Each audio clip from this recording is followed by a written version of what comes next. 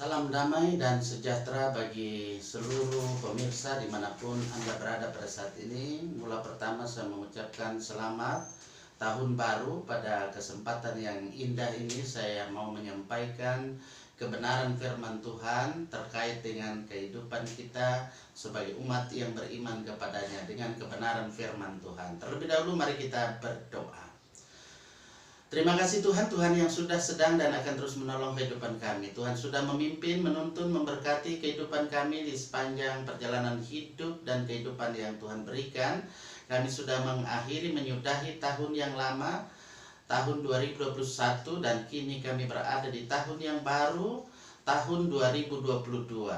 Terima kasih Tuhan, kami mau supaya tuntunan tangan kasih Tuhan akan senantiasa boleh menuntun kami di sepanjang perjalanan hidup kami di tahun 2022.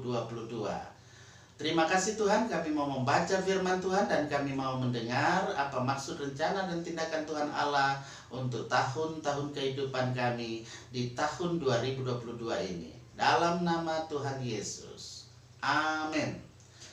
Saudara-saudara yang saya kasih dalam kasih Tuhan, pada kesempatan yang sangat baik ini, di tahun baru 2022 ini, saya mengajak kita membuka bagian Alkitab. Silakan membukanya dalam bagian firman Tuhan yang terdapat dalam kitab Injil Matius pasal 25, dibaca mulai ayat 31 hingga ayatnya yang ke-46. Baiklah, saya akan mengajak kita mengarahkan perhatian kita pada kebenaran firman Tuhan. Saya baca firman Tuhan yang berkata seperti ini. Penghakiman terakhir. Apabila anak manusia datang dalam kemuliaannya dan semua malaikat bersama-sama dengan dia, maka ia akan bersemayam di atas tahta kemuliaannya. Lalu semua bangsa akan dikumpulkan di hadapannya dan ia akan memisahkan mereka seorang daripada seorang, sama seperti gembala memisahkan domba dari kambing, dan ia akan menempatkan domba-domba di sebelah kanannya dan kambing di sebelah kirinya. Dan raja itu akan berkata kepada mereka yang di sebelah kanannya, "Mari, hai kamu yang diberkati oleh Bapakku, terimalah kerajaan yang telah disediakan bagimu sejak dunia dijadikan. Sebab ketika aku lapar, kamu memberi aku makan. Ketika aku haus, kamu memberi aku minum. Ketika aku seorang asing, kamu memberi aku tumpangan. Ketika aku telanjang, kamu memberi aku makanan. Ketika aku sakit, kamu melawat aku. Ketika aku di dalam penjara, kamu mengunjungi aku." Maka orang-orang benar itu akan menjawab dia katanya, "Tuhan, bila manakah kami melihat engkau lapar dan kami memberi engkau makan, atau haus dan kami memberi engkau minum? Bila manakah kami melihat engkau sebagai orang asing dan kami memberi engkau tumpangan, atau telanjang dan kami memberi engkau pakaian? Bila manakah kami melihat engkau sakit atau dalam penjara dan kami mengunjungi engkau?" Dan raja itu akan menjawab mereka, "Aku berkata kepadamu, sesungguhnya segala sesuatu yang kamu lakukan untuk salah seorang dari saudaraku yang paling hina ini, kamu telah melakukannya untuk aku." Dan ia akan berkata juga kepada mereka yang di sebelah kanannya, "Enyahlah dari hadapanku, hai orang-orang terkutuk, enyahlah ke dalam api kekal yang telah sedia untuk iblis dan malaikat-malaikatnya. Sebab ketika aku lapar, kamu tidak memberi aku makan. Ketika aku haus, kamu tidak memberi aku minum. Ketika aku seorang asing, kamu tidak memberi aku tumpangan. Ketika aku telanjang, kamu tidak memberi aku pakaian. Ketika aku sakit dan dalam penjara, kamu tidak melawat aku." Lalu mereka pun akan menjawab, dia katanya, Tuhan, bila manakah kami melihat engkau lapar atau haus, atau sebagai orang asing, atau telanjang, atau sakit, atau dalam penjara, dan kami tidak melayani engkau? Maka ia akan menjawab mereka, aku berkata kepadamu, sesungguhnya segala sesuatu yang tidak kamu lakukan untuk salah seorang dari yang paling hina ini, kamu tidak melakukannya juga untuk aku. Dan mereka ini akan masuk ke tempat siksaan yang kekal, tetapi orang benar ke dalam hidup yang kekal. Luar biasa saudara-saudara yang saya kasih dalam kasih Tuhan. Itulah bagian firman Tuhan. Barang siapa yang bertelinga, hendaklah ia mendengar apa yang dikatakan Roh kepada jemaat. Saudara-saudara yang saya kasih dalam kasih Tuhan, di tahun baru ini kita percaya bahwa oleh kasih Tuhan, oleh penyertaan Tuhan, cinta kasihnya itu yang senantiasa menggerakkan kehidupan kita, supaya kita senantiasa hidup dalam persaudaraan, senantiasa kita memiliki solidaritas dalam kehidupan kita terhadap sesama kita, siapapun dia. Saudara-saudara, ketika kita membaca bagian firman Tuhan yang tadi kita sudah dengar bersama-sama, dari bagian firman Tuhan ini berkata-kata, dalam bagian firman ini berbicara kepada kita bahwa sesungguhnya ketika kita membaca dari bagian perikop yang ada ini, dari Injil Matius pasal 25, kita membaca tadi itu, kita memperhatikan di situ bahwa sesungguhnya dari bagian firman yang ada ini, dia mau menyampaikan kepada kita, sebenarnya kalau kita perhatikan ini bukanlah satu perumpamaan, tapi satu penggambaran dari penghakiman yang terakhir. Sekali lagi, penggambaran dari penghakiman yang terakhir. Penghakiman yang ada itu adalah penghakiman secara universal bagi semua bangsa. Jadi secara universal dinyatakan penghakiman itu bagi semua bangsa. Kalau kita perhatikan dalam bagian ini, mari kita lihat misalnya itu di ayat 32. Kita lihat di situ memang penghakiman itu berlaku secara universal. Semua bangsa menerima penghakiman itu. Walaupun di sini kita lihat memperhatikan pembebasan yang ada di sini, antara kalau kita lihat di sini pemisahan yang ada, ya, pemisahan di situ terjadi antara domba dan kambing. Ini kelihatannya seperti penghakiman atas perorangan.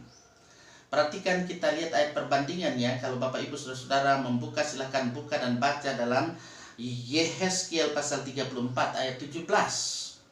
Nah, perbuatan baik yang kecil yang dilakukan kepada yang paling tidak penting dari saudara Kristus, yang nampaknya berarti semua orang dan bukan hanya orang Kristen, itu adalah perbuatan yang dilakukan kepada dia dan sebaliknya. Perhatikan itu di ayat 40 dan juga perbandingannya di pasal 10 ayat 40 sampai ayat 42. Nah, hal-hal ini tidak diingat sebagai jasa oleh orang-orang benar, sebab hal-hal ini adalah hasil dari iman yang hidup dan bukan sebagai dasar yang membuat pelakunya dapat diterima. Dan perbuatan itu diabaikan oleh orang-orang lain, akan ada perpisahan mutlak antara mewarisi apa yang disebut dengan kerajaan, mewarisi kerajaan yang telah disediakan bagimu sejak dunia dijadikan. Perhatikan di ayat 34, sehingga dikatakan selanjutnya, dengan pergi ke dalam api yang kekal yang telah sedia untuk iblis dan malaikat-malaikatnya. Ayat 41. tentu dikaitkan dalam hal ini bukan untuk manusia. Saudara-saudara yang saya kasih Tuhan, hidup ini mari ketika kita menjalani hidup di tahun 2022 menjadi satu kesempatan buat kita. Kesempatan yang ada ini hendaklah kita gunakan dengan semaksimal dan sebaik mungkin dalam hidup ini, agar dalam kehidupan kesempatan yang Tuhan berikan ini kita gunakan. Bagaimana kita menunjukkan sikap peduli kita, solidaritas kita kepada sesama kita. Ketika orang dalam kekurangan, kita membantu dia. Ketika dia sakit, kita doakan dia, kita kunjungi dia. Memang dalam masa pandemi COVID-19, apalagi dengan varian baru, kita tidak bisa berjumpa langsung dengan orang yang mengalami penderitaan sakit COVID-19. Tetapi kita bisa berjumpa melalui media yang ada di era digital ini, yaitu berdoa walaupun tidak jumpa langsung. Nah, itulah yang hendak mau disampaikan di sini dalam kehidupan kita, supaya kita peduli dengan kehidupan ini. Kita peduli dengan sesama kita ketika sesama kita mengalami berbagai bentuk pencobaan dalam hidup ini, berbagai pergumulan dalam kehidupan ini. Di tahun 2021 kita sudah lewati. Ada banyak hal yang kita alami, ada banyak hal yang bisa kita lakukan. Kita bersyukur kita ada di tahun 2022 yang masih baru ini, dan tidak lama juga akan menjadi tahun yang lama. Hendaknya kita memiliki semangat baru dalam kehidupan ini. Semangat baru dalam hidup ini adalah supaya dalam hidup ini kita terus melakukan perbuatan-perbuatan yang baik, yang berkenan di hadapan Tuhan, supaya dalam hidup ini kita bisa menerima menjadi warga kerajaan Allah, menjadi ahli waris kerajaan Allah. Itulah goal kita, itulah tujuan akhir dalam hidup kita, agar dalam kehidupan ini kita jangan mengabaikan perbuatan-perbuatan yang benar, perbuatan-perbuatan yang baik, yang diperkenan oleh Allah dalam hidup kita. Kita hendaknya saling melayani Tuhan, dan juga melayani sesama manusia, sesama umat, siapapun dia, apapun agamanya, apapun keyakinannya. Maka di tahun yang baru ini, tahun yang penuh dengan sukacita, saya yakin tahun ini adalah menjadi tahun berkat bagi kita sebagai umat yang beriman kepadanya, agar dalam kehidupan kita, kita benar-benar berguna untuk kemuliaan Tuhan, juga melayani Tuhan dengan bagaimana kita peduli dengan sesama kita. Kita terus berjuang dalam hidup ini. Ketika dalam kehidupan ini ada banyak hal yang mengguncangkan situasi yang ada. Mungkin mengalami krisis moneter, krisis ekonomi, tapi saya percaya di era digital ini punya makna dalam hidup ini. Tuhan pakai Anda, Tuhan pakai saya, supaya kita menerima berkat, dan kita menjadi berkat bagi orang-orang lain, bagi sesama kita. Saudara-saudara yang saya kasih dalam kasih Tuhan, mari dalam kehidupan kita terus berjuang. Dalam perjuangan ini kita mengisi hari-hari hidup kita ke depan, tahun-tahun yang kita jalani, supaya memaknai tahun kehidupan ini. Tahun 2022, tahun penuh berkat, tahun rahmat, walaupun ada banyak tantangan yang harus kita hadapi, baik itu tantangan dalam kehidupan keluarga, dalam kehidupan berjemaat, dalam kehidupan bermasyarakat, berbangsa dan bernegara. Andalkan Tuhan, Tuhan pasti menolong kita. Terpujilah nama Tuhan. Amin.